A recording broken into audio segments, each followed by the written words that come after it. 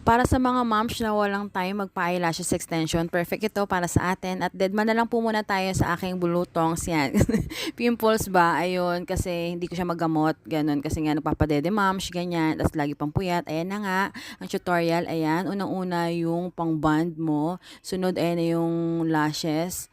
At ang size niyang in-apply ko ay yung 8 mm. Then, dun sa dulo, in-apply ko yung 9 mm kasi ayoko ng masyadong mahaba kasi mukha kong Titi Bird. At ayan, nilock ko na siya. Then, after na ilak, yung kabila na ilagay ko na. At ayan, after nyan, syempre, reviewin natin. Kung, ayan pa muna, syempre, baby time. Tapos, ayan na nga, ayan ang day 1. So, kapit na kapit pa rin. 'Di ba?